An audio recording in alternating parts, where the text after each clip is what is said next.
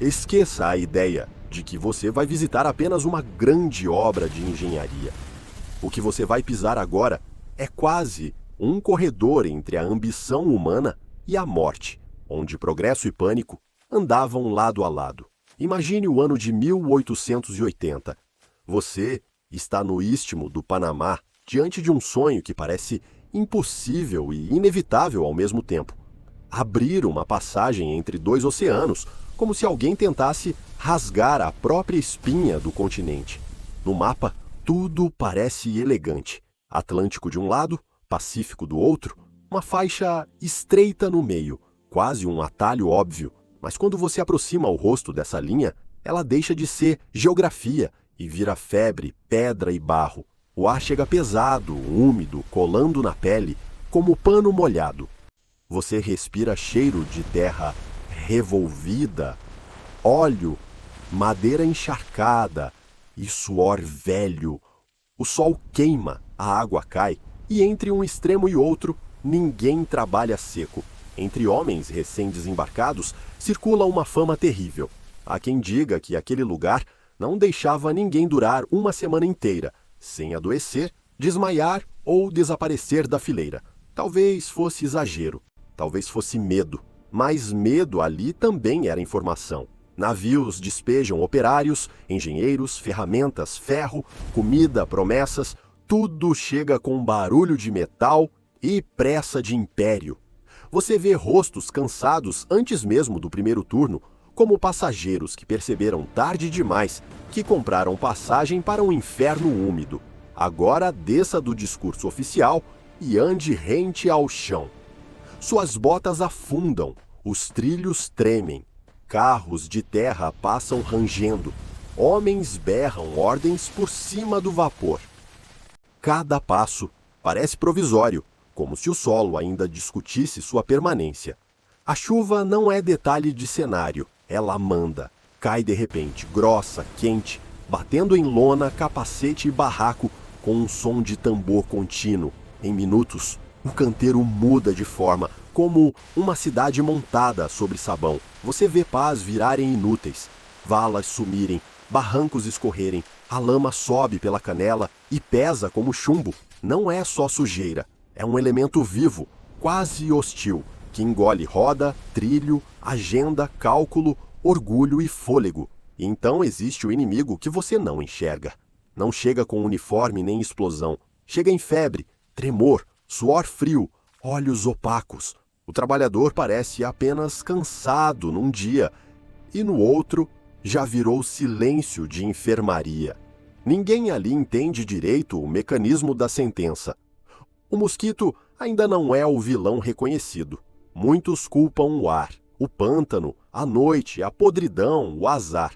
Você sente o terror mais puro, morrer sem saber exatamente de quê. Passe pelos hospitais improvisados, macas, lençóis úmidos, baldes, remédios insuficientes, gemidos baixos. O calor não dá trégua nem aos doentes. Em vez de cura, o ambiente oferece espera. E esperar naquele lugar soa menos como esperança e mais como contagem. No topo dessa visão colossal está Ferdinand de Lesseps, o homem celebrado pelo Canal de Suez. O nome dele chega antes dele, como marca de vitória garantida. Você percebe o perigo quando fama começa a aparecer, argumento técnico suficiente. Só que o Panamá não é Suez. Aqui não existe deserto seco e previsível. Existe montanha, floresta, chuva, doença, rio nervoso, encosta instável. É como trocar uma avenida reta por um labirinto que se move enquanto você ainda desenha a saída. O coração do desafio está na terra alta, que precisa ceder passagem. Você olha para a montanha e entende o absurdo. Não se trata de cavar um sulco, mas de convencer uma massa inteira de pedra e barro a aceitar derrota. Dinamite estoura. O chão responde. Escavadeiras a vapor tossindo fumaça avançam como animais cansados. Por instantes, parece que a engenharia vai vencer. Então, a encosta desce de novo e toneladas de material apagam horas, dias, às vezes semanas de esforço. Os trilhos são as veias desse organismo brutal. Trens entram, saem, recuam, mudam de posição, carregam terra sem parar. Você escuta ferro contra ferro o dia todo. Parece uma fábrica do tamanho de uma paisagem inteira, operando no limite. Nada ali acontece devagar. Turnos longos, apitos, correria, descarga, explosão, transporte, nova escavação. O ritmo lembra uma metrópole industrial, comprimida dentro da selva. Só que aqui, cada atraso tem o peso de chuva, deslizamento ou caixão. A obra reúne gente de muitos lugares: franceses, caribenhos, latino-americanos, trabalhadores de rotas marítimas e mundos diferentes. Línguas se cruzam no barro. Você ouve ordens em tons distintos, mas o cansaço tem sotaque universal e a vulnerabilidade também. Comer, dormir, secar a roupa, recuperar o corpo, tudo vira problema logístico. Os alojamentos abafam, a água preocupa, o descanso é curto. O trabalhador não enfrenta apenas a obra, enfrenta o próprio cotidiano como se sobreviver fosse um segundo emprego. Ao redor do canteiro, cresce uma cidade provisória e nervosa. Barracões, depósitos, docas, escritórios, vendas, hospitais, tavernas.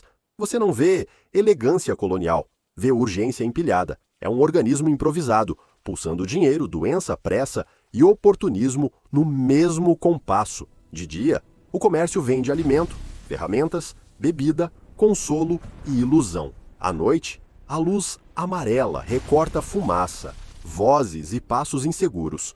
Parece um porto que nunca dorme, como um terminal moderno aberto 24 horas dentro do século XIX.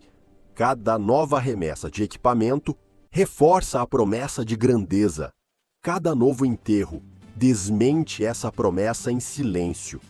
Você entende a lógica cruel do projeto. Quando o sonho é gigantesco, a contabilidade humana corre o risco de parecer detalhe administrativo. É nesse ponto que nasce a lenda da semana fatal, não como estatística exata, mas como frase de sobrevivente, cochichada entre beliches e embarcações. Um lugar assim não precisa de números perfeitos para parecer amaldiçoado. Basta a repetição do medo. Chega a noite e o calor não vai embora. A umidade fica suspensa, grossa, quase mastigável. Você escuta insetos, água pingando, tosses, passos rápidos. O corpo pede descanso, mas a mente permanece alerta, como soldado esperando o ataque invisível. Pela manhã, alguns lugares na fileira estão vazios. Ninguém faz discurso longo. O trabalho continua. Essa talvez seja a imagem mais brutal de todas: a morte deixando de ser ruptura e passando a funcionar como parte da rotina operacional. Novos homens chegam porque outros caem. A engrenagem aceita reposição com facilidade inquietante. Você percebe que o projeto se alimenta não apenas de vapor e aço, mas de uma ideia fria. Sempre haverá mais braços desembarcando no cais. Mesmo assim, a obra fascina. Quando você observa o volume de terra removida, o barulho sincronizado, as colunas de fumaça, tudo parece sobre-humano. É como assistir a uma cidade inteira tentando mover uma cordilheira com a força combinada de motores e teimosia. Só que a natureza não precisa vencer todos os dias, basta escolher alguns. Um deslizamento repentino apaga trilhos, enterra máquinas, interrompe turnos, muda rotas. O que era projeto vira resgate em segundos. E o resgate, muitas vezes, chega tarde demais. Imagine o som. Primeiro, um estalo surdo. Depois, um rugido crescente, como se a encosta respirasse fundo antes de despencar. Homens correm, apitos explodem, lama avança. O cenário inteiro muda de posição sem pedir licença a ninguém. Aos poucos, a ideia de um canal ao nível do mar revela seu peso impossível naquele terreno. O plano ainda existe nos papéis, mas o chão impõe sua própria crítica. Você presencia o momento em que a natureza começa a revisar a engenharia.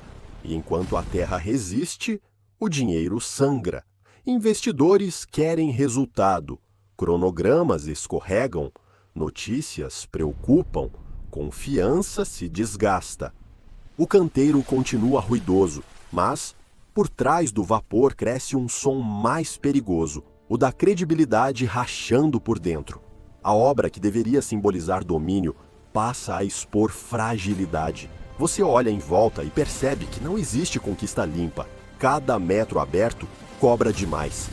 Cada avanço exige propaganda. Cada recuo deixa claro que grandiosidade e desespero podem dividir o mesmo uniforme. Quando o sonho francês começa a desmanchar, sobra um vazio estranho. Não é ausência total, é suspensão. Ferramentas, cortes de terra, estruturas e cicatrizes permanecem. Como um estádio abandonado depois da multidão, o lugar continua falando, mesmo sem discurso triunfal. Mas a história não termina no fracasso. O que foi aprendido ali, às custas de milhares de vidas, prepara o terreno para outra fase. Você está diante de uma tragédia que também virou laboratório brutal para medicina, saneamento e logística. Mais tarde, o combate sistemático aos mosquitos, o saneamento e outra abordagem de engenharia mudariam o destino do canal. O que antes parecia sentença inevitável começaria a recuar. Não porque o lugar ficou dócil, mas porque finalmente passou a ser entendido. Esse é o legado incômodo que você herda ao olhar para 1880. O canal futuro seria celebrado como maravilha técnica, mas por baixo da celebração existe uma fundação de suor, erro, improviso, doença e vidas comprimidas pela urgência do progresso. Hoje, quando você vê o Canal do Panamá funcionando como artéria do comércio global, talvez enxergue só eficiência. Só que debaixo dessa imagem lisa existe outra camada, áspera.